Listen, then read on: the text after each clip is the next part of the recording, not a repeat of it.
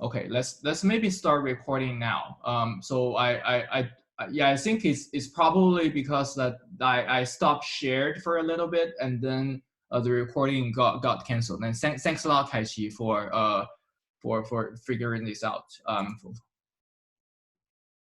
right. So the good news is that we haven't started to cover any new material. So the review of the first order optimality condition will basically not be recorded and shared through YouTube.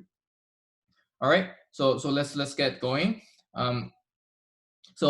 Here's what we're gonna do today. We're gonna talk about standard optimization programs.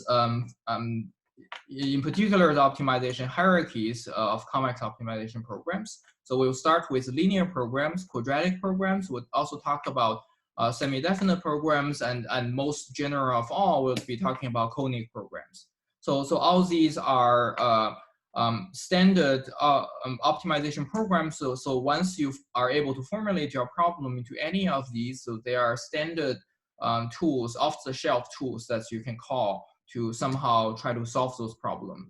In particular, when the number of variables are not too big, then you should be able to solve this problem and then find the optimal solution without knowing how the internal works. Okay, and also like understanding the landscape of optimization programs can help us to formulate them into the standard format because sometimes when you first write something down, like it's not clear at all that whether it is a linear program or a quadratic program. So today we're going to learn the techniques and tricks of reformulation and conversion so that we can form your problem into, categorize them into one of these standard formats. So so here's a picture to keep in mind. So LPs is the smallest. So every LP is also a QP. So QP by quadratic programs. In particular, the convex version of the quadratic programs. And all LPs and QPs are also semi-definite programs, and the conic programs are the largest. So we'll talk about each one of these and then revisit this picture towards the end. Okay. And one more thing. So from the last lecture, I forgot to I didn't get to cover the last part of it, which is a semi-definite program and how people use the convex relaxation into a SDP to solve an NP-complete problem called max cut. Right, so that is a problem that that hopefully we'll be able to revisit today after we learn the standard form of SDPs.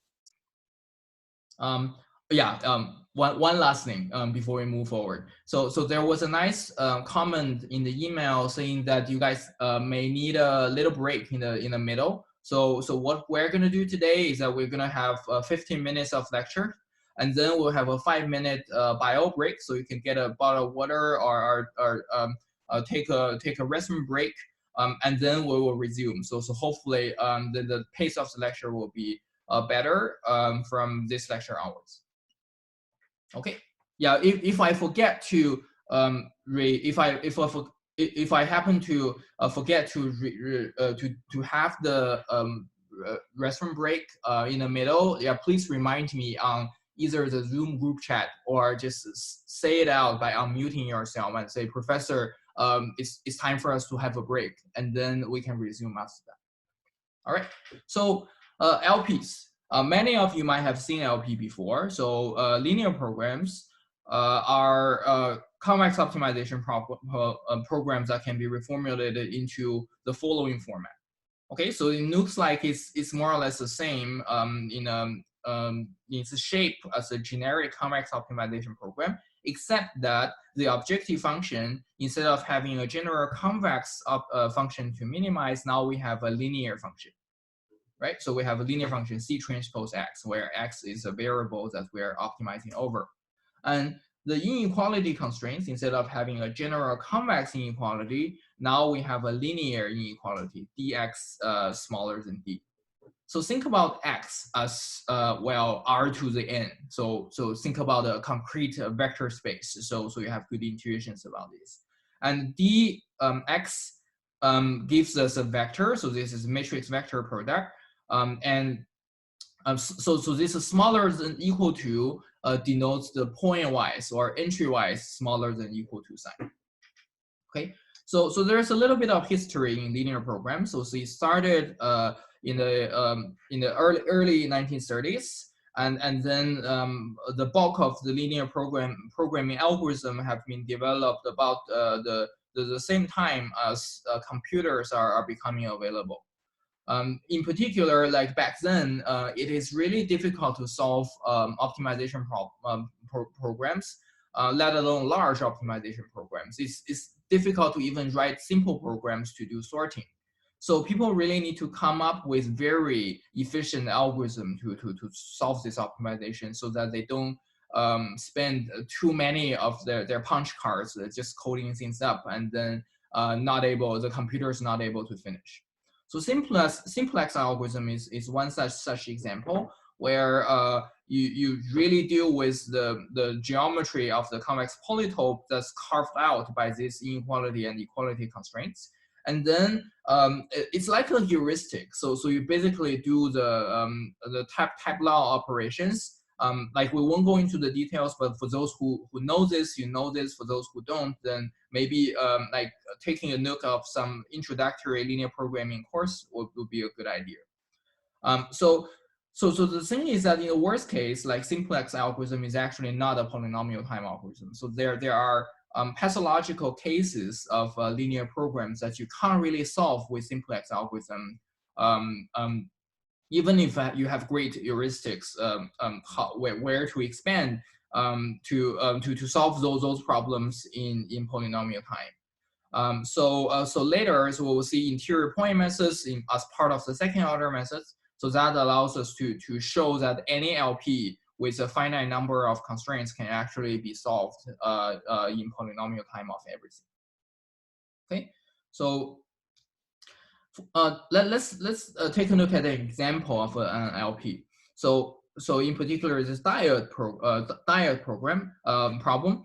So think about this C to be the per unit cost of food. So the idea of this problem is that we wanted to minimize our cost while cost for the diet while satisfying some nutritional requirement that's say given to us by nutrition experts. So how is this problem encoded in the language of linear program optimization? So we're minimizing C transpose X. So this is the same as the sum of each fraction of the food that you take, multiply with its corresponding cost to get it from say Costco. Then subject to a set of inequality constraints where this dx larger than d, so the small case d is a minimum required intake of a certain nutrition, and the d matrix gives us in some sense the topics of the food. So this is taking the linear combination of the nutrition vector of the food. So food J has vitamin C of this much, has iron of this much protein, this much sugar, and so on. And the third constraint is intuitive. This is saying that any food in your diet needs to be non-negative. You cannot uneat anything that you've already eaten. I mean, you can, but seriously. Let's give another example in the transportation problem. Okay, so think about you are the shipping companies that you want to ship certain commodities from given sources where these commodities are produced to the destination where those are the big hubs of the consumption of this commodity. And you wanted to do this while minimizing your cost of shipping. Okay, so you can model this as a set of graph nodes, and each graph nodes is either a source or a destination or some intermediate locations that you have to pass through in order to ship the items from source to destination. So you want to minimum and xij is how much of this commodity you wanted to push through a particular channel, say shipping from New York to Boston, so shipping from Southeast Asia to over the Pacific Ocean to say Hawaii, and then from Hawaii to San Francisco, and so on. So each xij, where I and j denotes the different vertices of the graph, and xij means how much of these commodities you wanted to ship over that channel, and cij is the cost of that channel. So the objective function measures the total amount of cost that you spend in order to ship all the commodities from one place to another.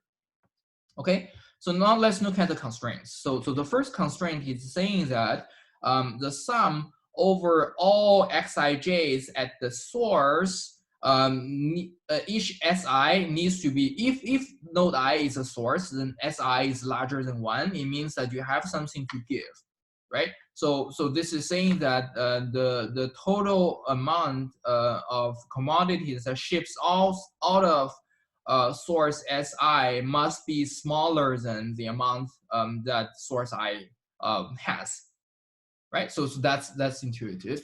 The third constraint is saying that you have to meet the demand. So for every destination j where it has a net demand that's positive, then the total amount of incoming items needs to satisfy the demand, dj, right?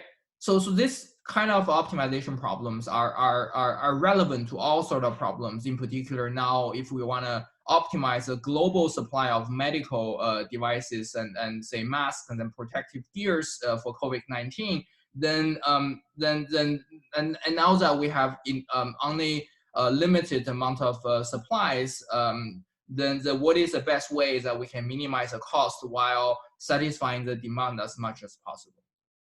And when things are really bad, then maybe you won't even be able to satisfy the demand. Then we say that this problem is infeasible. Okay. Another example of our LP. So like I said, LP is very old and very, very powerful. So people can formulate all sort of problem into an LP. And this is one particular example of formulating things into an LP from a problem that isn't an LP to begin with, right? So this is basis pursuit. So we talked about linear regression last time. We talked about linear regression with, say, L1 norm constraints, like the standard lasso problem. So this is yet another way of saying roughly the same thing. You're trying to find coefficient beta such that x beta is equal to some y. So think about y as a response variables, and x is your design matrix or data matrix. So you'd like to solve this linear system of equation, which is underdetermined, and there are infinite many solutions. But among those solutions, you wanted to find the one that has smallest number of explanatory variables that are non-zero. Right, so you want to minimize the number of non-zero elements in your fitted coefficients while satisfying this constraint x beta equals to y. Okay, so there's a question from Kaichi. Some students are asking if I can upload the slides to the website. Yeah, sure. This time I didn't have time to do it before the lecture, so I'll make sure that I do it after, right after the lecture. And for are people able to see the slides through the screen sharing? Like, is there any? Okay, good. So maybe like for those people who have like poor internet connection, I think maybe the screen sharing will take a little bit time to flash. But since this is only switching once in a while, I think while I'm explaining the slides, it should have enough time to show up on your screen. Yeah, so I'll try to make sure that in the next lecture onwards, I'll upload the slides before the lecture. Okay, so this is not an LP for an obvious reason, because clearly this L0 norm is not a convex function to optimize, right? So suppose we relax this into L1. So by finding L1, minimizing the L1 norm instead, so we now know that this is clearly a convex optimization problem, right? But how is this a linear program? Okay, so think about it. How is this a linear program? It doesn't look like a linear program because objective function is not really linear. It's like beta, it's one norm, so it's a convex function, but not necessarily linear. Okay, so here's how we can convert the basis pursuit problem into a linear program with this reformulation. Okay, so let's introduce a dummy variable called z, right? And this dummy variable has the same number of coordinates as has the same number of coordinates as beta, right? So essentially, we're trying to use like we're trying to use each coordinate of this z to represent the say zi. We wanted to use it to represent the absolute value of beta I. Okay. However, this is not really a convex constraint. See, so you have the convex function on the right, but on the left you have something that's linear. So this is not a convex constraint.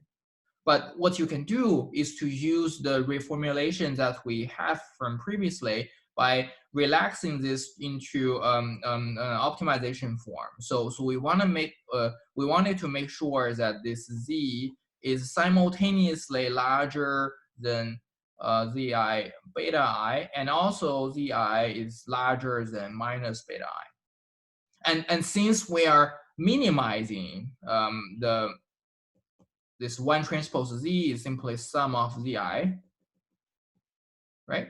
So since we're minimizing zi, then whenever there's any slack that's here, whenever there's any slack, say beta I is equal to zi is equal to beta I plus epsilon, when epsilon is positive, then we can always take that epsilon away by finding in some sense a more optimal solution. And that is the reason why we can reformulate this problem into an inequality constraints without losing anything. So, and because we are doing this is because we're doing the minimization. Okay, so I hope this makes sense to you. Quick question: anyone can quickly tell me that why since we're trying to get zi to be an absolute value, but we are not really adding a constraint that zi is non-negative. So why is that the case?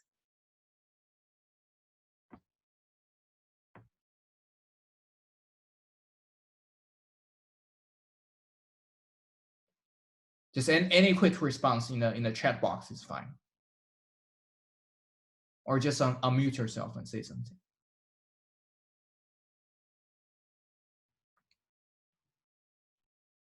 Yep, that's good. Yeah, thanks, Alex. All right.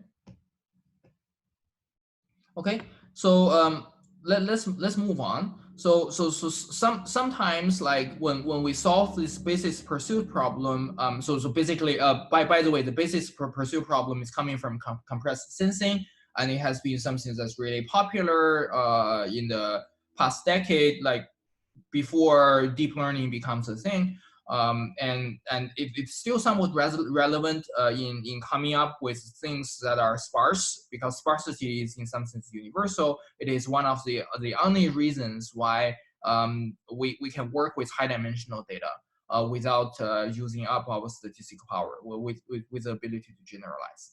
Okay, so after basis pursuit, so people come up with a relaxed version of the formulation called Danzig selector, right? So notice that in basis pursuit, we want the constraint to be exactly true, and we want it to satisfy y is equal to x beta. But in practice, what usually happens is that y is something that's coming out of your sensor, and x is your, say, random design matrix, and beta is your say the true signals that is sparse that are coming from say the outer space, and y is your telescope or imaging devices that capture the something that after a whole bunch of transformations. So it is unrealistic to assume y equals to x beta can actually be feasible at all, right? So density selector is one way that we can come up with a relaxed version of the formula that are more robust. So in particular, we wanted to we want this y minus x beta to be as close to 0 as possible in a norm that's given to us by a transformation over x transpose and then L infinity norm. Okay, so again, like this is something that we can formulate it, we can reformulate it as a linear program, right? So specifically, we can use the same trick by reformulating this beta 1 norm, right? We can reformulate this beta 1 norm with 1 transpose z, and then we'll add the additional constraints that beta is smaller than z and minus beta is also smaller than z, right? Then we are adding the linear constraints. So how about this L infinity norm constraints? So notice that L infinity norm is essentially saying that the maximum over all the coordinates that's given to us by this vector x beta I, all the coordinates, this is smaller than lambda. So let's maybe rewrite this into just a sequence of different things, right? So we can rewrite this as say x first column xi transpose y minus x beta smaller than lambda. This is x1, x2, y minus x beta smaller than lambda, all the way to x. So depending on how many examples that we have, so suppose we have n examples, xn transpose y minus x beta smaller than lambda. So these two set of constraints are in fact equivalent to each other, but if you look at the reformulation, the right-hand side now is an LP in its standard form, right? And in addition, notice that you can even make lambda a parameter. You can minimize lambda, right? You can minimize lambda at the same time, so that you wanted to optimize for the tuning parameter as well. And the problem will remain a linear program. And of course, that means that it's also a convex optimization program that we can tractably solve. Okay, so this is actually the problem that Emmanuel Candice and Terence Tall analyzed in a 2000 something and use it to show that for those who are coming from electrical engineering, in particular for those who have some signal processing background. So this is the program that Candice and Tao analyzed to show that in some cases you can break the Nyquist rate when you have sparsity, so that you can compress the sensing and you don't need that many samples in order to recover the underlying signal well enough. Okay, so now we've talked about several examples of a linear program. So that brings us to a standard form, or sometimes called the canonical form of a linear program. So the standard linear program is written in a slightly different way as a standard convex optimization program. So it has C transpose X as an objective function. So this is without any change. But then the inequality constraints are completely gotten rid of. So notice that using the reformulation trick that we learned in the last lecture, we can always reformulate any linear programs in the form of a convex optimization program into this standard form without too much trouble. Okay, so in particular, the trick involves introduction of the slack variable to make inequality equal, and then the slack variables will have the right form of z larger than 0 without the transformation. Okay, I'll leave it to you guys to check it yourself. So now let's move to quadratic program. So in quadratic program or QP, so it is an optimization program that has this form from say our convex optimization formulation, right? So it has objective functions that's quadratic. So notice that can someone quickly say that why isn't why isn't the term constant in the program at all? Because for any quadratic program, there's a constant terms, then there's a linear term, and there's a quadratic term.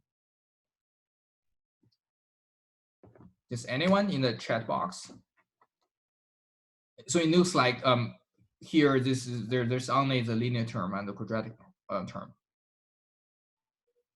Yeah, that's good. There's answer that says because adding any constant term is not going to affect the constraint. It's also not going to affect the objective, the optimal solution that we're getting, right? So this is great. So adding we can add any additional constant here so that we can use the objective function to represent any quadratic function, and well, it doesn't really affect the optimal solution, but it is important to know that it does affect objective function value, because a constant, adding the constant or not adding the constant will affect the interpretation of what this optimization problem is solving, and to what extent you are able to solve it and whether it is meaningful in practice. Okay, so now we have the quadratic objective function, and the two constraint sets are still exactly the same as that of the linear program. And in order to make this convex, as we learned earlier in the lecture 1 and lecture 2, there's this leading term in the quadratic term with this quadratic form given by Q. The Q needs to be positive semi-definite. Okay, so from here onwards, when we say QP, implicitly we're talking about convex QPs, because those are the QPs that we can actually tractably solve. And like non-convex QPs are sometimes relevant and interesting, but we just don't have a good idea what the solutions of those programs are and how to solve that generally. So a prototypical example of a quadratic program is portfolio optimization in finance and stock trading. So think about X, the optimization variable, the arguments that you're optimizing over is the positions that you're holding of every stocks, ETFs, futures, or whatever you want to hold as your asset. So the cash can be one of it, and maybe like gold, maybe other things in market crashes can be part of your equation. So the key concern in say portfolio optimization in finance is to control the risk. So instead of just optimizing your total benefit, you also wanted to make sure that the portfolio that you have is not going to have a large variance. So then you can measure the risk-adjusted return, such as this one. You are subtracting the risk given to you by the quadratic form of X transpose QX from your expected return. So in this case, mu is like maybe learned from previously. So this is expected return of your assets, and Q is a covariance matrix of the assets return. Also, you may estimate this Q from historical data. And how about the two constraints? The first constraint is saying that you can only hold, say it's saying that you can only hold assets that's proportional to what you have, right? So each asset will consist of a small percentage of your total worth, and then you are holding them all, and they should sum to 1. So think about this as a probability vector. and of course, for a probability vector, it needs to be non-negative.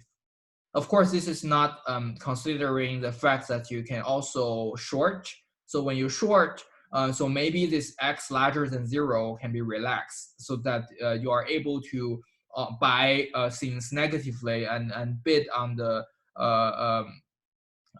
like drops of the prices of certain financial instruments and so on.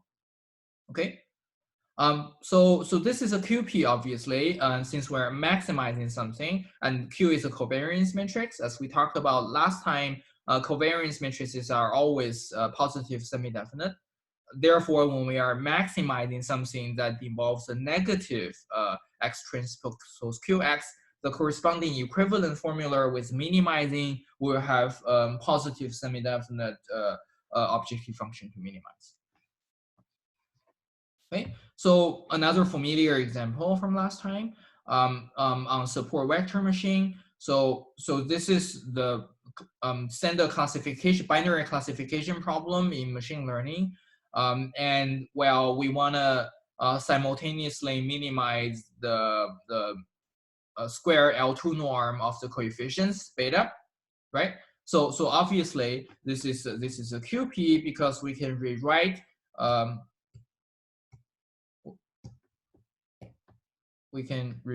this beta into beta transpose q beta half with this q to be equal to just identity matrix, and then the second term is a linear term. That's the other part of the objective function.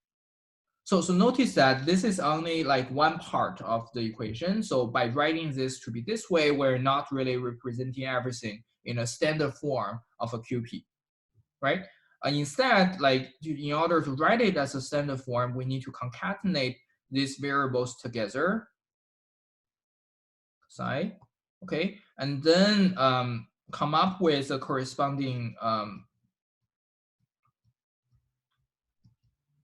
the corresponding matrix Q tilde here, where the leading part is Q, and then the other parts are I guess 0, 0, 0, 0, 0, 0, 0, 0, and everything is 0. So that will become like a standard formulation of an QP that involves all variables.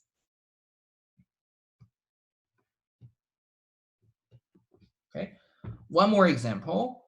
So Lasso is a quadratic program. So and anyone can see why. Right, so this is the optimization program that we talked about earlier.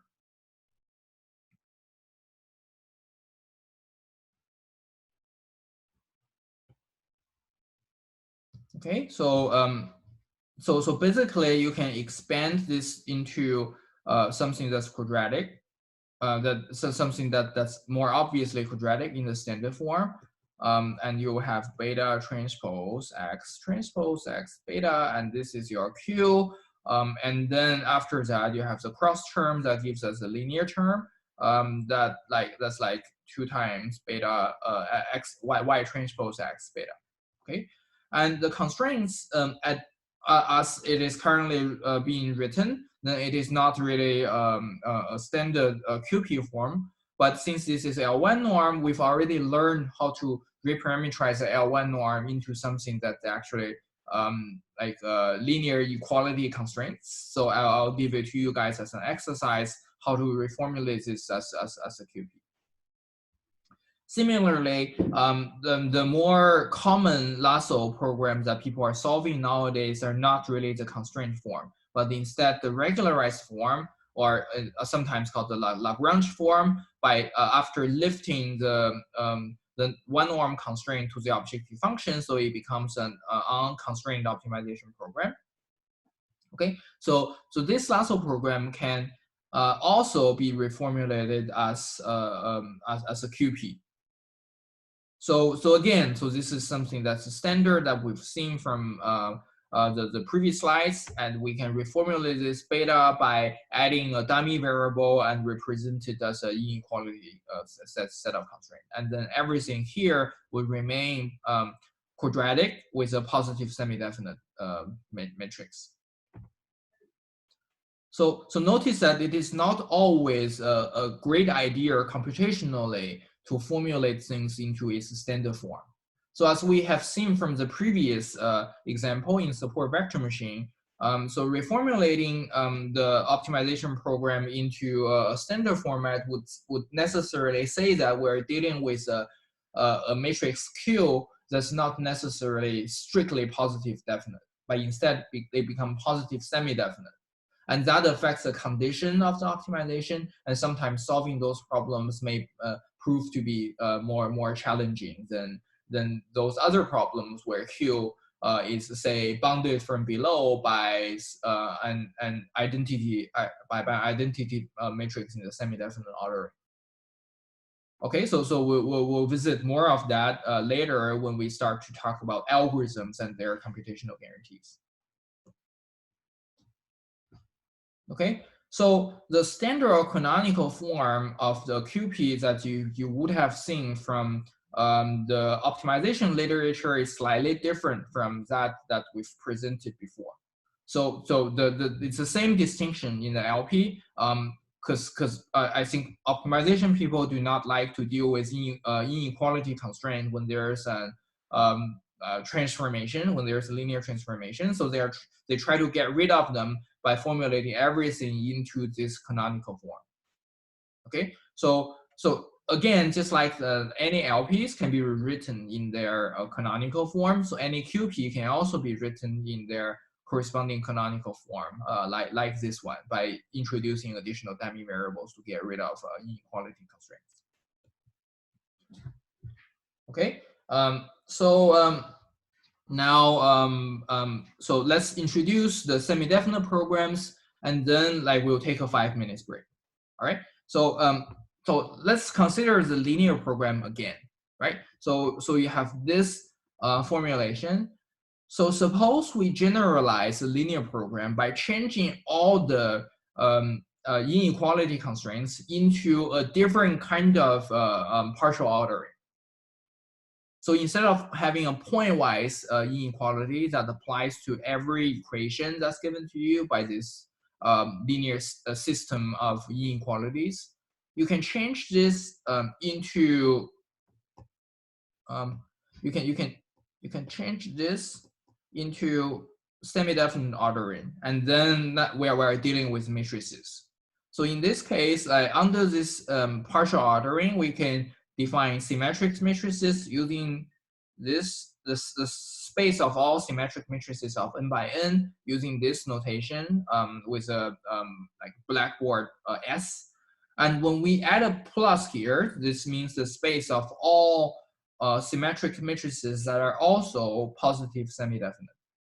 So by definition, it is saying that this is a space of all symmetric matrices such that if you take any direction and treat this matrix as a quadratic form, then the quadratic form defines a norm that will always give you something that's not negative. Now, in addition, when we have two pluses, then we use it to denote strictly positive definite matrices where the inequality sign is held strictly.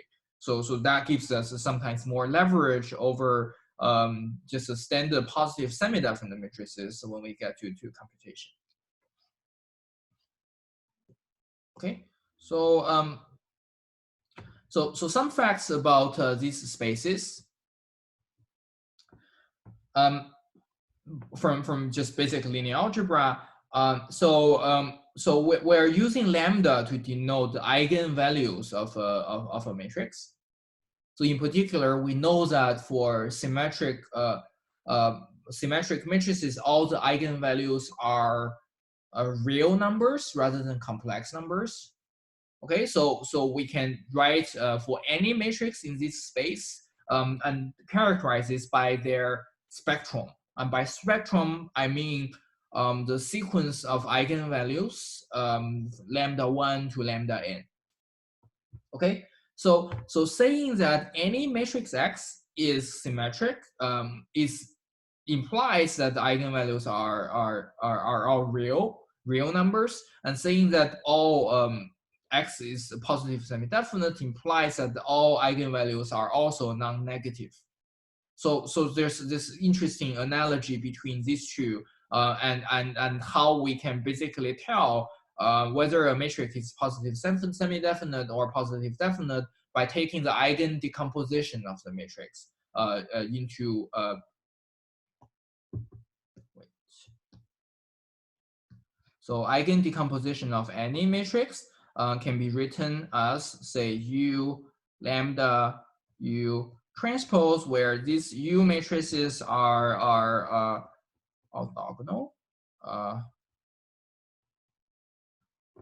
meaning that every column of it is perpendicular to each other, mutually perpendicular to each other, and every column of this matrix is also norm 1, right? So they have the same magnitude, and they are all independent to each other, and then they span the full space. And this matrix is a diagonal matrix of lambda 1 to lambda n. Okay, so we can also define inner products on this symmetric matrices, and this inner product written in this way with a bolded dot. So this is identical to the inner product of vectorized version of this matrix against the vectorized version of the matrix Y. So this is the same as the sum over all I and all j and xij multiply with yij, right? So it turns out that this is also the same as the trace of xy. So I'll leave it to you guys to work out the math and why these two why this is true. Okay, so so the semi-definite orderings that we can define can be given to us by saying that if we say x dominates y in semi-definite ordering, so this is how this equation is read, then this is equivalent to saying that x minus y and this different matrix, first of all, they remain a symmetric matrix, and secondly, if in addition that the difference is in the semi-definite cone, then x minus y is positive semi-definite. Okay, and this is equivalent to again equivalent to so I guess for this is equivalent to say that if you take the eigen decomposition of matrix x minus y and then calculate all its eigenvalues needs to be non-negative.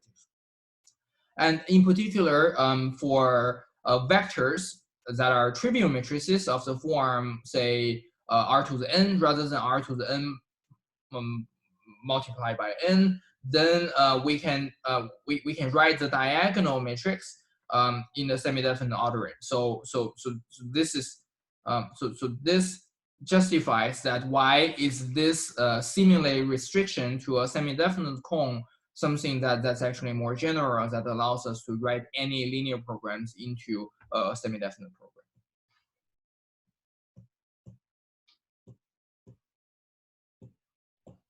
Okay, so the canonical form of a semi-definite program is written as follows. So it has a linear objective. So again, x is a vector. It has a linear objective function. But then the inequality constraints that are coming from the previously in the standard linear program now is substituted with a LMI. So this is called the linear matrix inequalities. Okay, and for any sequences of f1 to fn that are symmetric, then this is a semi-definite program that can be solved by standard software. Okay, so from here and also by trivially replaces f1 to fn with things that can be used to represent the previous inequality constraints, we can use this to construct a linear program. Therefore, any linear program is a semi-definite program.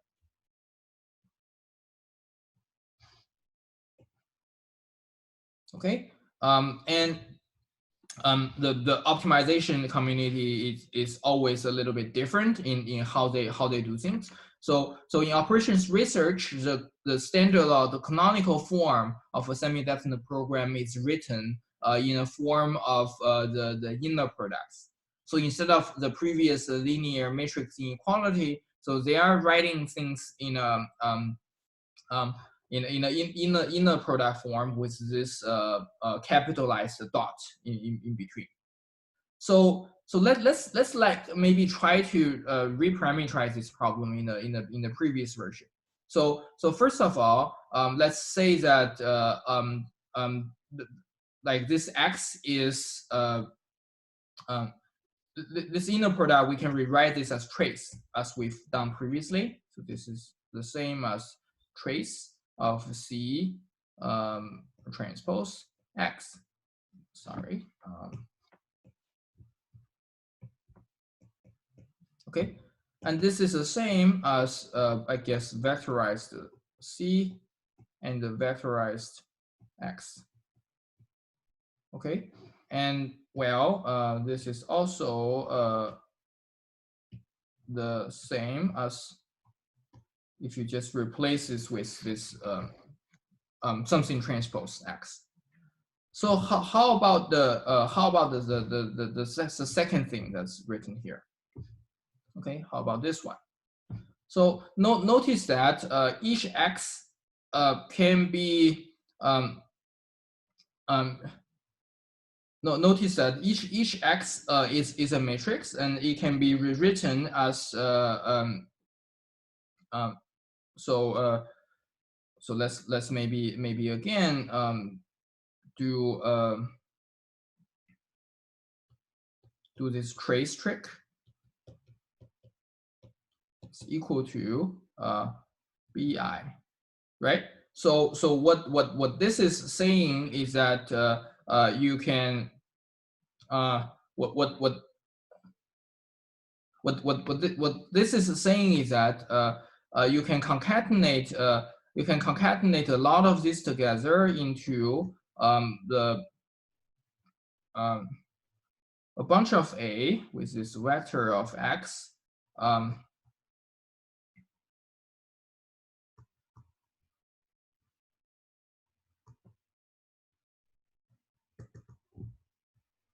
Is equal to B1 to Bn, right? So then that becomes a linear constraints, and with that linear constraints, you can try to solve it with the you can try to solve it by solving vector of x to be let's call this a tilde, let's call this b tilde, a pseudo inverse b plus what we've seen previously, plus some vectors where this vector is in the null space of a tilde. Okay, so now once we reshape this vector x into a matrix, and this matrix being positive semi-definite, and that allows us to write that allows us to write this inequality back into some kind of a linear matrix inequality constraint that's a positive semi-definite. Okay, so it's a little bit messy, but it's a good idea to remember that there are two different forms of writing a positive semi-definite program, SDP, and sometimes it's convenient to write it in one way, sometimes it's more convenient to write it in another way. Okay, so we'll take a break and before resuming on giving examples of STPs. All right, so you have a break for 5 minutes and we'll resume at 2:06.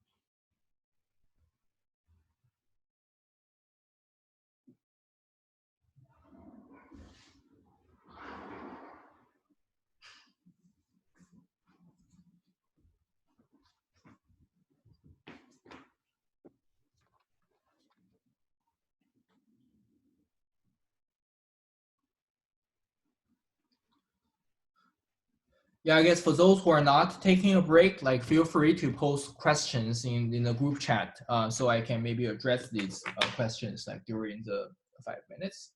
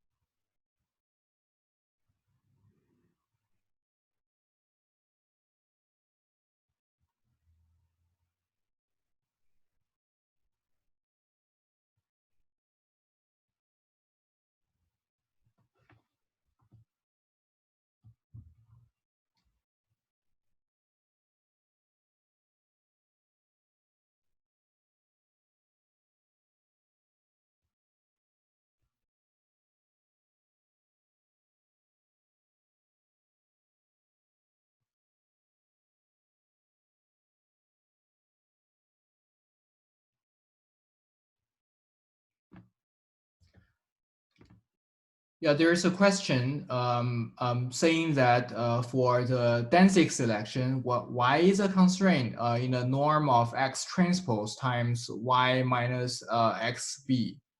Y isn't it just the norm of y minus xb smaller than lambda, smaller than lambda? Okay, yeah, that's a good question. So you could come up with a set of constraints that says y minus xb, so L infinity norm is smaller than something. That's then that will be an equally valid way of defining the um, robust version of basis pursuit. The density selection, on the other hand, is useful because after you add this x transpose, then x transpose x um, becomes becomes becomes a symmetric matrix. So sometimes like having that symmetric matrix interpretation is useful because then you can maybe sample that and you can apply concentration bounds and so on. So that's technically how why I think people are doing that. And another thing is that that was the original choice by Danzig himself when coming up with the linear programs. So this has a lot of historical reason why people is defining it that way. But there are also technical reasons of that formulation. So basically, you're measuring the same error in different norms. So sometimes measuring it in one norm would be meaningful, but sometimes measuring it in another norm would be meaningful. So at this stage, I think it makes more sense for us to consider only the formulation part of each problem and how do we formulate each problem in the most meaningful way. So it just happens that for density selector, when Candice and Tao was studying it, it's something that works. It's something that allows them to prove interesting results about the noisy sparse recovery, about noisy compressive sensing.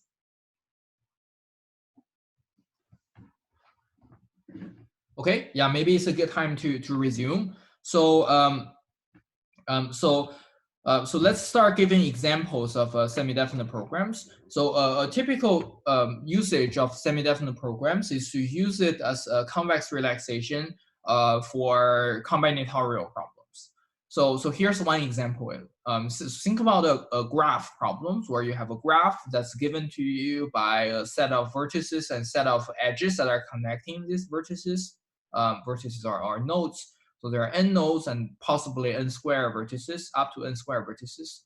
So there are two quantities that people care about that's difficult to compute. So both these two, calculating the clique numbers and chromatic numbers fall into some of the hardness classes. So I think both of them are NP complete problems. So in particular, the clique number measures the total number, the smallest number of cliques that are necessary in order to cover all the vertices of this graph. And the chromatic number means the smallest number of colors that you can use to color every node of the graph in order to satisfy like certain conditions. So both these two are very difficult numbers to calculate. But Loas came up with this idea of convex relaxation. And suppose you solve this semi-definite program over a semi-definite matrix is X and use X to denote you're optimizing over and in some sense an adjacency matrix. So you wanted to optimize over adjacency matrix, satisfying this set of constraints that X is positive semi-definite, and this X needs to be only non-zero in places where I and J is connected in the original given graph. So these two constraints gives you the set of constraints, and then also the trace of this X needs to be exactly one. So with this, you can solve this optimization problem and the optimal objective function value of this program is called the Loas zeta function. It turns out that the Loas zeta function gives you a valid upper bound that can be computed efficiently of the clique number, and it also gives you a valid lower bound of the chromatic number, which you cannot actually compute efficiently. And notice that this is SDP, therefore, there are standard tools that you can use to solve this in polynomial time. Okay, so another example, so trace norm minimization. So let's say you'd like to optimize over a matrix, and then by minimizing its rank. So rank, as we talked about previously, is a number of singular values. Is a number of singular values, and this on its own right is not really a convex optimization program, but we can relax the formula into minimizing over the nuclear norm or the trace norm, which is a summation of the wait. Okay, do it like this. Okay, so this is a summation of the singular value of matrix X. Well, this is the summation of the indicator, 0, 1 indicator of the singular value of matrix X being not 0, right? So or being equivalently being larger than 0. Okay, so one is a combinatorial object, the other is a summation, which is the tightest convex relaxation. And now this constraints is this constraint is a matrix constraint that can be written as a transpose X, in its trace space. So this is a linear constraint in X. So with this relaxation, then you can actually use, you can actually often solve this relaxed version of the problem, and that sometimes give you the exact solution to the rank minimization problem that you wanted to solve to begin with. So I'll give one example of this. So think about movie recommendations. Okay, so movie recommendations. So this the every row is a user. Every column is a movie. Okay, so user 1 gives rating of movie A, movie C, and movie F. Okay, so you give it 5-star and 2-star and maybe 3-star, and everything else are unknown. And user 5 similarly gives rating of matrix movie A, it gives it a score of 4, it gives movie C a score of -3, and so on. So you have a incomplete matrix that you are working with, and the task of matrix completion or recommendation system is to be able to impute all these question marks. So one way you can formulate this problem, since this is obviously ill-defined, is to only consider these matrices that are low rank. So you'd like to construct imputation of this matrix that is full but low rank. So intuitively, that means that maybe there are only a small number of latent topics or a smaller number of latent factors that describes each user's taste for movies. Therefore, their expected rating of each movie will be a linear combination of a smaller number of things.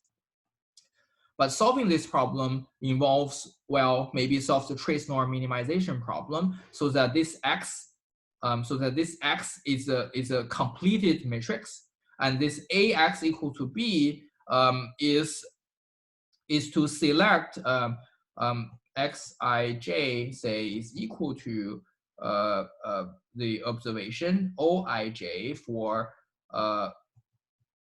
all Ij inside the observation set, observed ratings. Okay, so if user I have labeled movie J, then this gives us a particular constraint, and otherwise it doesn't. Okay, so okay. So let's move on to conic programs. So conic programs is the most general programs of them all, right? So it has the following optimization form. If we are just coming directly from convex optimization. So you have a linear objective function C transpose X, and then subject to an equality constraint AX equal to B. And finally, you have a inequality constraints or a constraint saying that certain linear transformation of this object X, so certain affine transformation of this variable vector X plus D needs to be inside a particular cone K.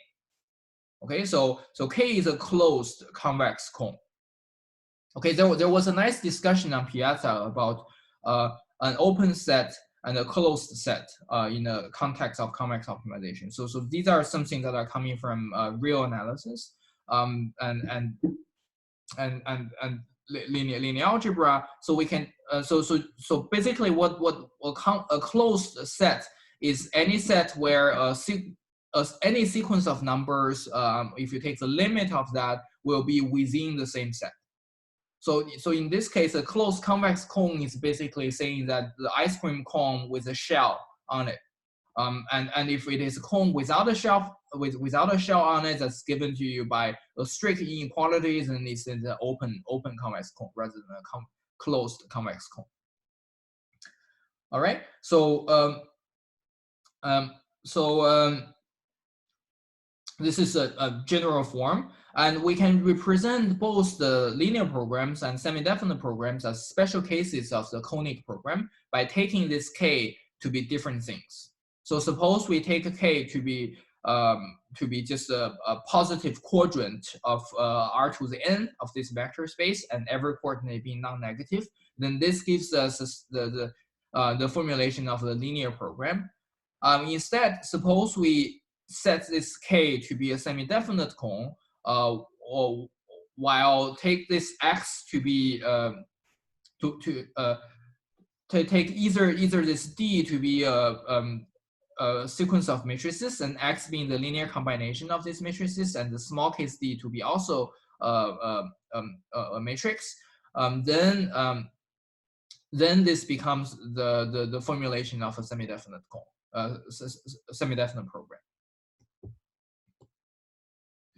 Okay, so there are more of conic programs. So one particular thing is called the second order cone program, in which case we can replace this K to be a second order cone rather than just a first quadrant or the SDP. So what is a second order cone? So we've talked about a norm cone. So the second order cone is a norm cone where the norm is taken to be two norm. Okay, so recall that the norm cone is all the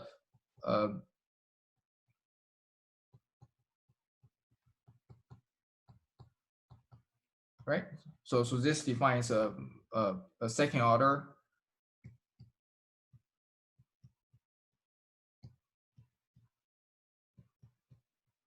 So remember the picture that we draw in the first lecture. So this is basically this is T, this is X1, this is X2. This is basically a cone that looks like this. All right. So notice that all the inequality constraints in SOCP are of the form like this. So you have a cone. You have a second order cone form with this x replaced by an affine function of your actual variable x. So we know that it is okay because that preserves convexity. And on the right-hand side, instead of just having t, you can have something that's more general. You can have a linear function. So notice that when you move this to the other side, the whole thing remains a convex function. Therefore, you should be able to tell that this is a convex optimization program. Okay. So what are like SOCP used for? So often this is something that people use to make linear programs more robust. In particular, when you solve linear programs such as the like commodity flow problem or planning problem, business decision making problem, a lot of those are linear programs.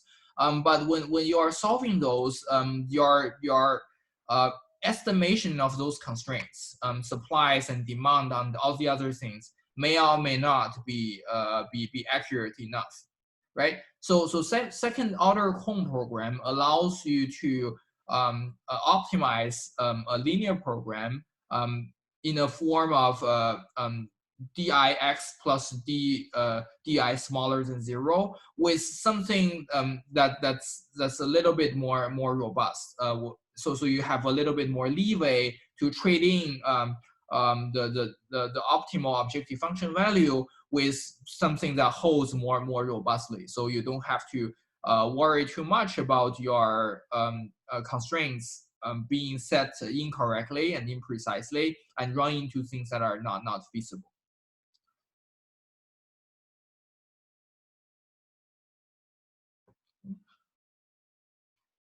So turns out that every second order cone program is also an SDP, because you can always reformulate this second order cone into a semi-definite constraints. Okay, using this equivalence. So one way to think about it is that so I don't know if any of you guys have heard of the Schur complement, but Schur complement deals with block matrices of this A, B, B transpose C form.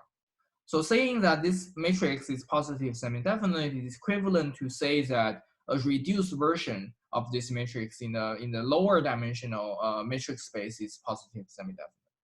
So one way to remember the Schur complement is to think about the 2x2 case, and then to think about the matrix that's A, B, B, C. So this is a 2x2 symmetric matrix.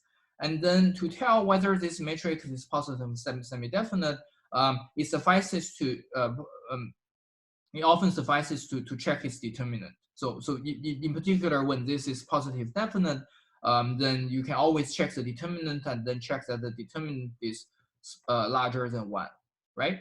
So anyone can remind me how to calculate the determinant of this 2x2 matrix?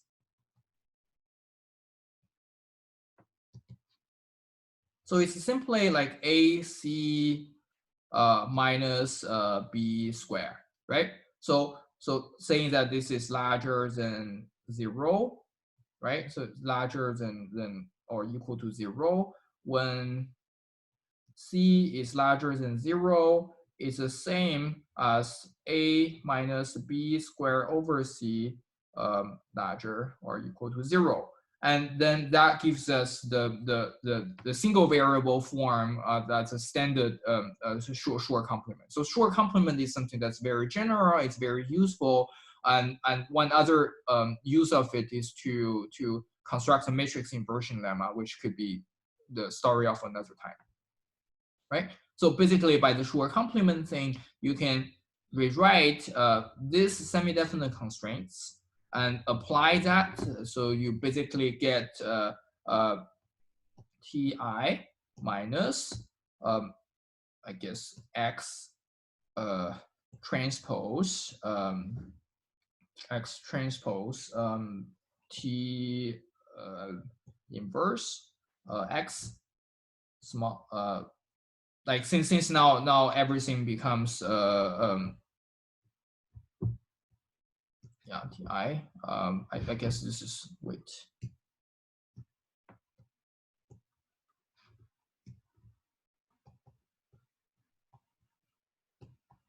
Okay, so now you have this, and this is the same. So suppose you use the tracing, because this is the rank 1 matrix, saying that this is positive definite, positive semi-definite is equivalent to say that X transpose X is larger, X transpose X is smaller than, because this is on the right hand side, it's smaller than T squared, which is equivalent to X2 norm is smaller than T, right? All right, so I hope everyone's following, and I saw there's someone writing the right equation for the determinant.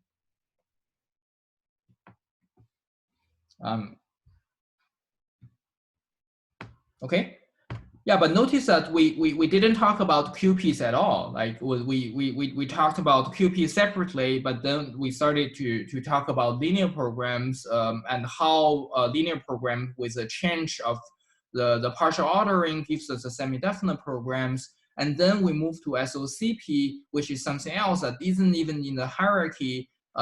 Well, so where are QPs, and where do QPs sit in a optimization hierarchy?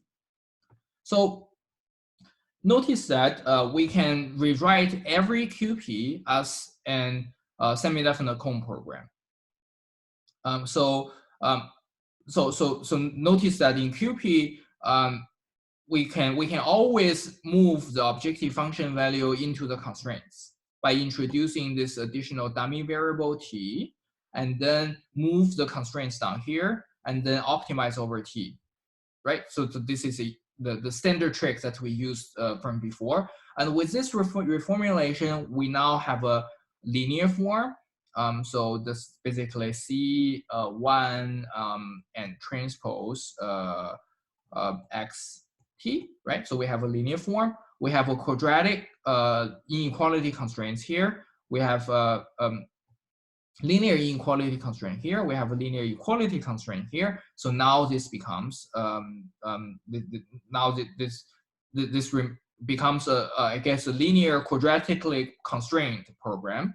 And the linear quadratically constrained program is something that we can take the square root on both sides, right? And what does that give us? It gives us the second order cone program in its standard format. Okay, so now we have the full hierarchy of all the optimization programs that we talk about. We started off with linear program. We talk about the generalization by adding a quadratic objective function. Then at the end, we talk about second order cone programs, and second order cone programs are special cases of semi-definite program, and semi-definite programs are a special case of a conic program when we take this cone to be semi-definite cones. And this completes the picture that we saw at the beginning with the hierarchies. So there's one thing that I like to say is that if there's a problem that you can model it simultaneously as an LP and as an SOCP, modeling it as an LP is almost always going to allow you to solve it faster with the standard software. So they say things like Cplex and Groby. And others. So there are many out there that are have free academic licenses that we can use that solves LPs with millions, if not billions, of variables effectively in practice. Like the moment that we get to SOCP, you can still solve it pretty efficiently. So in fact, SOCP, you can find them in Excel, right? So think about it, you can find SOCP in Microsoft Excel, like even 10, 20 years ago. So that's a kind of maturity of the technology used to solve these programs. On the other hand, the SDPs and conic programs, they are like the more nasty beast. So formulating problems into SDPs would not really guarantee that there's a fast enough solution if your problem is large. But theoretically, it's telling you that you have a polynomial time solver that can be used to solve any SDP. But in practice, it becomes more difficult to solve them once the number of variables becomes larger than say 100 or 500 kind of thing. But for LP, QP, and SOCPs, they have faster generic solvers out there. So the part of the purpose of the remainder of this course is to teach you about how to solve a lot of the problems, how to reformulate those problems into the into forms that admit approximate solutions that can actually be solved very efficiently using numerical solvers. Also, often those numerical solvers are custom built for each particular application. For instance, in this matrix completion problem or the recommendation system problem that we talk about, you can actually solve it with 1,000 iterations of, say, Frank-Wolf conditional gradient algorithm, where each iteration takes only a time proportional to the number of non-zero elements in that matrix. So that's really cool. And you can get an approximate solution of an SDP a lot faster than suppose you use a standard solver to solve it. Okay, so so there's just one last thing that I'm gonna talk about today. So that's to revisit this max cut problem this max cut problem from the previous lecture. Okay, so this is another example of using semi-definite relaxation or more generally convex relaxation to solve a problem that's otherwise NP hard. So let's first consider the definition of max cut. Okay, so again, this is a graph problem. So you are given a graph with nodes and edges. And for now, like maybe let's assume the edge weights are all 1. So you have an unweighted graph with nodes and edges. And the task of max cut is to find a cut that maximizes the sum of the weights. Okay, so it's a peculiar problem that you wanted to separate the nodes in a graph into 2 sets, S and S complements. And then you wanted to maximize the number, the total number of edges that you cut when you have an unweighted, unweighted graph. If you have a weighted graph, then you are maximizing the sum of the weight that your cut is cutting through. Okay. So so you can write down this problem as an optimization program, right? As follows. So let's try to parse this program like for you, like one by one, right? So you're optimizing over variables x. So x is a vector. X is a vector in say r to the n, but x is restricted to be either -1 or 1. So if it is -1, it is saying that so -1 saying that node j is inside S bar, and if it's 1, then this node j is inside set S, right? So you can be either in partition 1 or partition 2. Okay, so now let's look at this formulation. So we are enumerating over all pairs of nodes and check whether there's an edge connecting this nodes. If there is, then this weight will be non-zero, otherwise it will be 0. Okay, and then what does this 1 minus xi xj say in the bracket? So notice that x can only be 1 or -1. So suppose these two are from the same partition, then -1 times -1 is equal to 1, and it cancels out with 1. Therefore, that weight is not in the cut. Similarly, like 1 multiply 1 is also 1. It's only when I and j, these two nodes, are in two different partitions when this cut needs to necessarily cut through the edge that connects these two vertices. That's when this xi and xj becomes 1 if and only if I and j are not in the same partition. Okay, right? So how about this 1/4 scaling factor here? So notice that we're summing over all pairs, and so there should be a 1/2 here to rescale the thing so that we count every edge only once. So the other 1/2 is coming from the fact that whenever xi and xj is the product of them is equal to -1, equal to -1, then this term becomes 2, right? Then 1 minus xi xj becomes 2. Okay, so that scaling factor countersets with this factor of 2, and the other 1/2 countersets with the fact that we're counting every edge twice. So notice that this is a very challenging problem to combinatorial problem to solve, and it has been shown that this problem, even identifying whether something like given a cut and then checking that checking that this cut is an optimal solution is with a fixed parameter k, checking that the cut is smaller than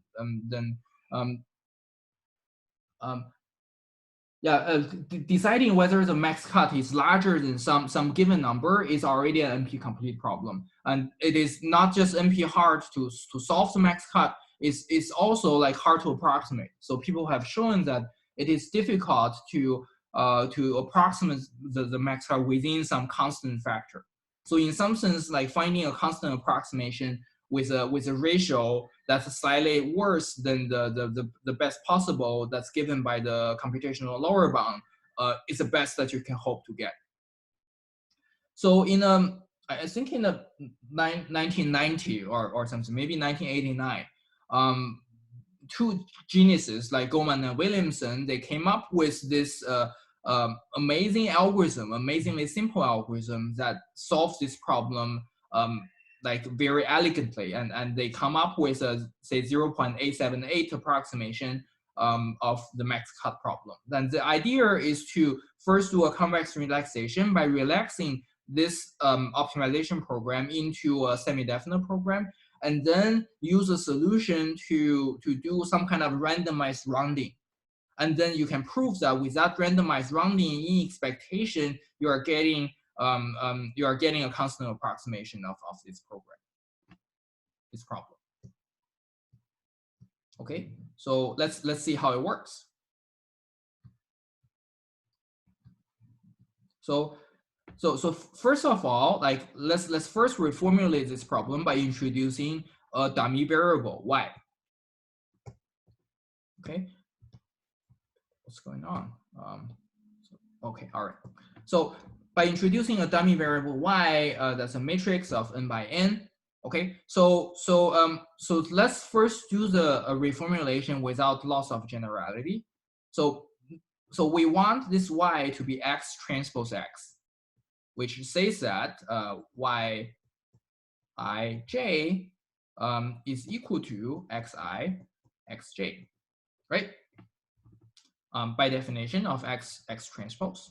Secondly, we want yi everything on the diagonal of this matrix to be 1. So this is equivalent to requiring xi square to be 1.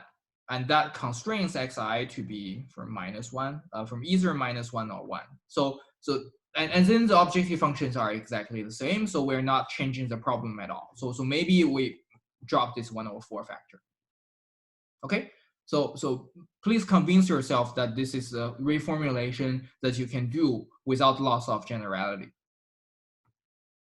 Okay, so once we have this, so the only constraints that we have that is not convex is actually this one. So notice that the objective function is now a linear function of your variable y. In particular, it can also be rewritten as, say, the semi-definite program form with, say, minus W matrix y, right? Dropping the constant factor. And this thing is I guess, a equality constraint. So it's a affine equality constraint.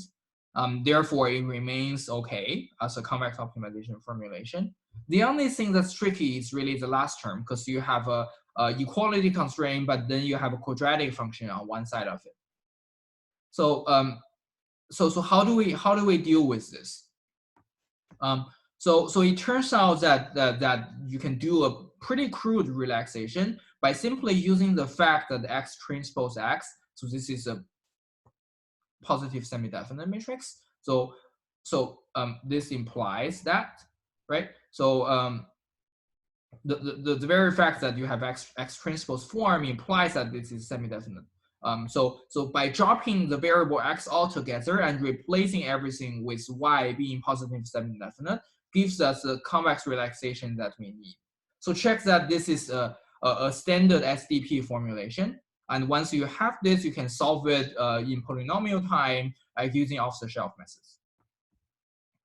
So the idea of Goldman-Williamson is actually very simple. So first solve this convex optimization program, and then use your favorite matrix decomposition tool, say Cholesky decomposition, singular value decomposition, or eigen decomposition. Since Y is a symmetric matrices, they're all going to give you the same decomposition. So once you do that, you decompose Y into UU transpose. So now first check that this UU transpose will give us something that satisfies the kind of constraints. So say take every row of U, and then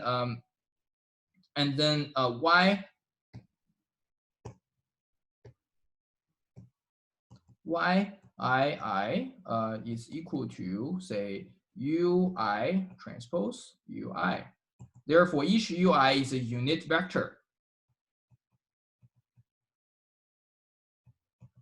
So each UI is a unit vector. So you can actually think about this UI as some kind of embedded feature embedding or vector embedding of every node in this graph, right? So people now are talking about graph neural networks, about learning and embedding of a node of the graph. So you can do that here. You can view it from that generality. So each one of these UI is coming from solving a convex relaxation of the max cut problem, and then represent every node I with a vector in R to the n.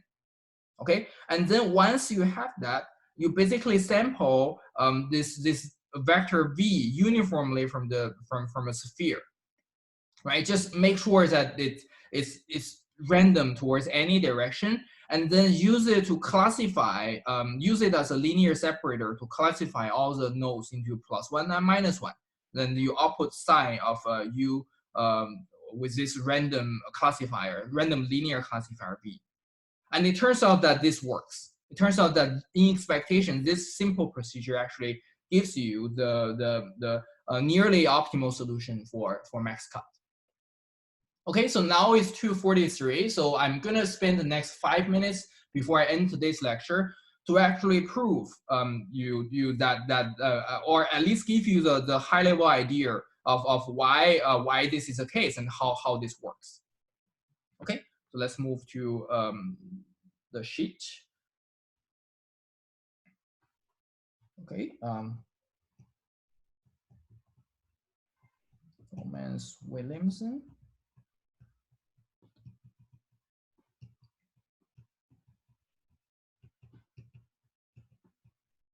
Okay. So let's define let's define the optimal objective criteria of the original problem max cut to be max cut G, right? So since we are doing a relaxation, we are making the feasible regions larger, right? We're enlarging the feasible region. Therefore, also since we're maximizing, therefore the relaxed version of the optimization program satisfies that the optimal objective value needs to be larger. Since we're maximizing and we're enlarging the feasible region, therefore the optimal solution needs to give us a better solution than the one that we have previously. Okay, so that's the first observation. And the second observation is the following, right? So I'll be a little bit more geometric. Since we know that now every node I is described by a vector ui in R to the n. Okay, so the expectation of the cut of that's given to us by this say Goldman and Williamson algorithm satisfies that this is equal to the sum over all ij in the edges, weight ij, then the expectation of indicator. So this is the expectation of something that happens. And what happens is that the ui is on one side of the hyperplane V transpose x larger than 0, and uj is on the other side. Okay, and how do we write this more mathematically? So this is actually the same if you calculate the two vectors and the angle in between. Since we're sampling this v vector uniformly at random on the unit sphere, then the probability of it hitting anywhere is actually exactly the same, right? So this is the same as the angle between ui and uj divided by pi, right? So think about all the angles that are smaller than 180 degrees. So we're dividing this by pi, and this is the same as sum of ij in E and wij. Let's call this theta ij divided by. Now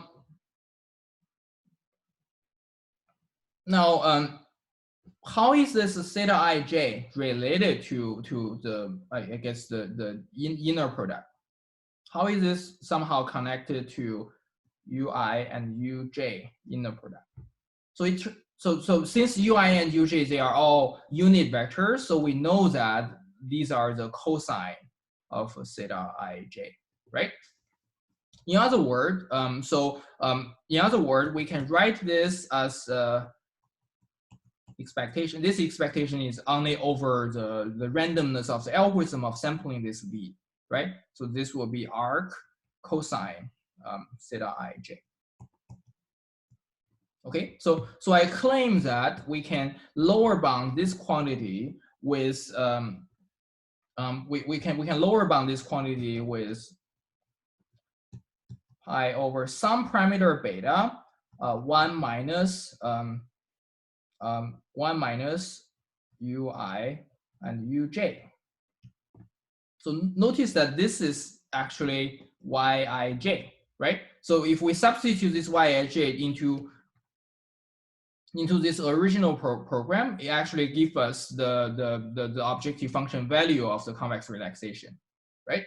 So therefore, like this gives us a feasible solution, and I haven't told you how to do this, but then but please be convinced that now that you have this, then this beta over pi is actually give us like together with this it gives us a constant approximation of the original max cut problem.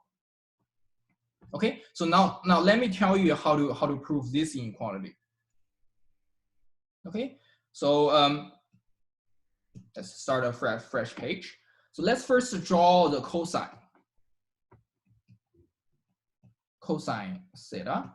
So this is a cosine function. Cosine theta starts from, I guess, 0 to pi, and this is 1. This is minus 1. It goes to 0 like that, right?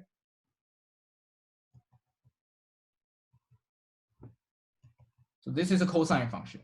So how about the arc cosine function?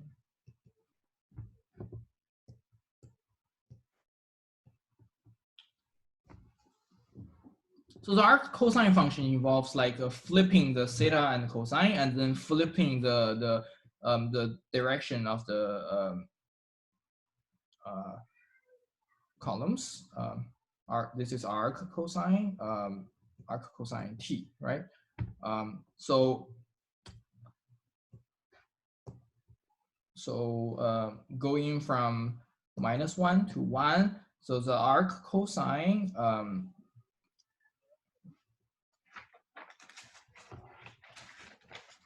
looks like sorry, passes through the origin. So this is an arc cosine function. So what we've just proven is that if you can find a linear lower bound, if you can find the linear lower bound of this function like that, that always lower bound this arc cosine function now that it is linear, and the area under the curve is basically the approximation that you're going to be getting. So that's how you prove the previous inequality. So I encourage you guys to work it out. So it turns out that once you do this and use this geometric trick, you are able to show that this beta over pi parameter is actually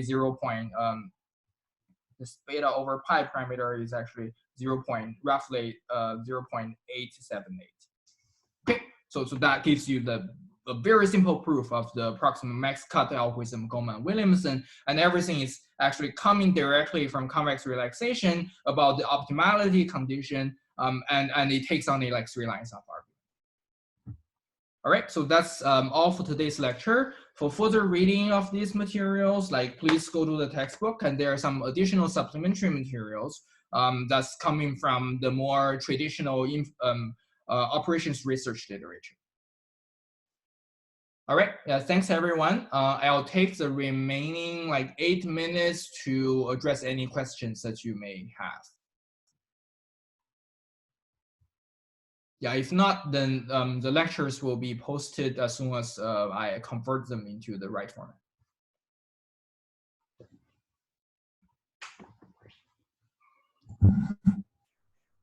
Professor, can you hear me? Yes. I have a question. With regard to the second order cone, that is equivalent to SPD.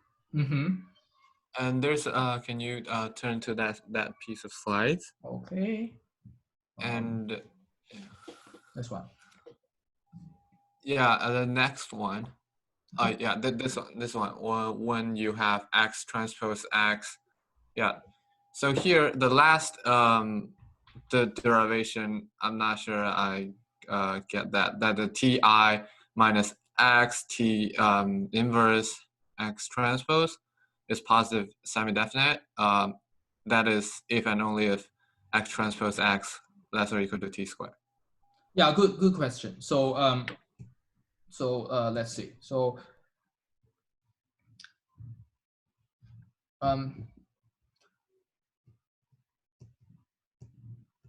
so you're talking about this, right? X positive semi-definite, and how to go from here. So the first thing to do is that you multiply t on both sides, so you can get rid of this, and you have the t squared here. Okay, and what this is saying is that is X transpose X is smaller than t square identity, right?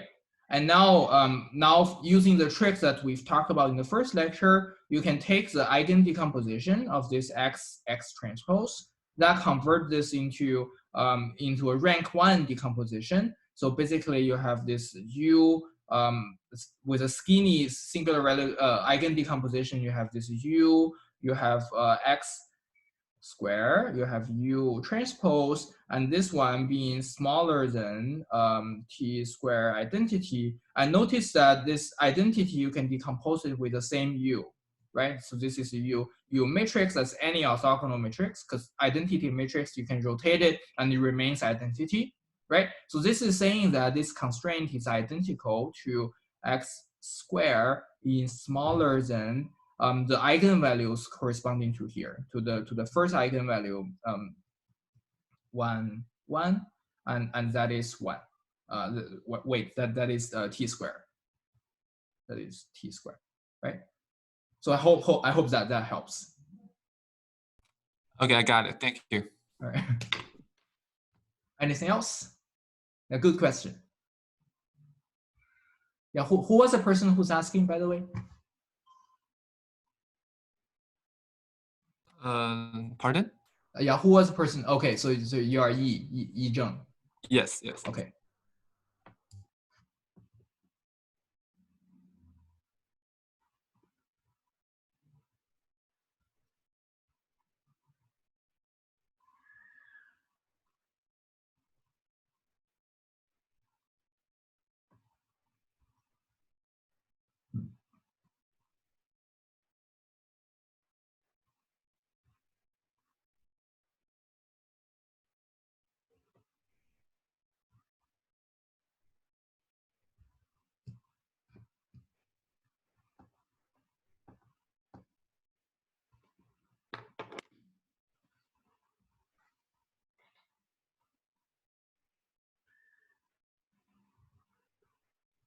All right, guys. Looks like there's no further questions. I'll stop here, and please resume the discussion and everything on Piazza. Or if you have any other questions, just contact me or Kaichi. So we will try to respond to all of you guys on a timely basis. Thank you, and see you on Wednesday.